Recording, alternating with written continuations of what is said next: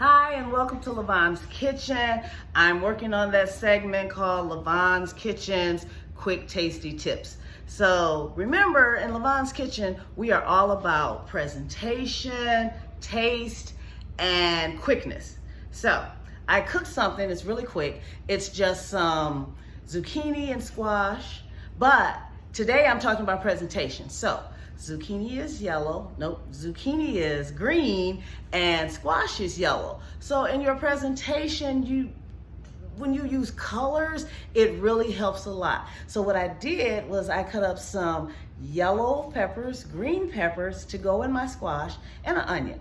Throw a couple of seasonings in it, salt, pepper, and garlic powder, and you've got a quick dish that the presentation is beautiful and of course it's tasty. Just look at this. Look at this.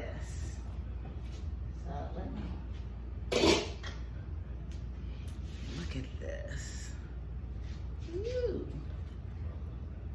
Look at that. It's pretty. You got the color, the peppers and everything in it, and it's just quick. It's tasty, and the presentation is beautiful. If you have not subscribed to Lavon's Kitchen, please hit that subscribe button, and I'll see you next time in the kitchen. Bye.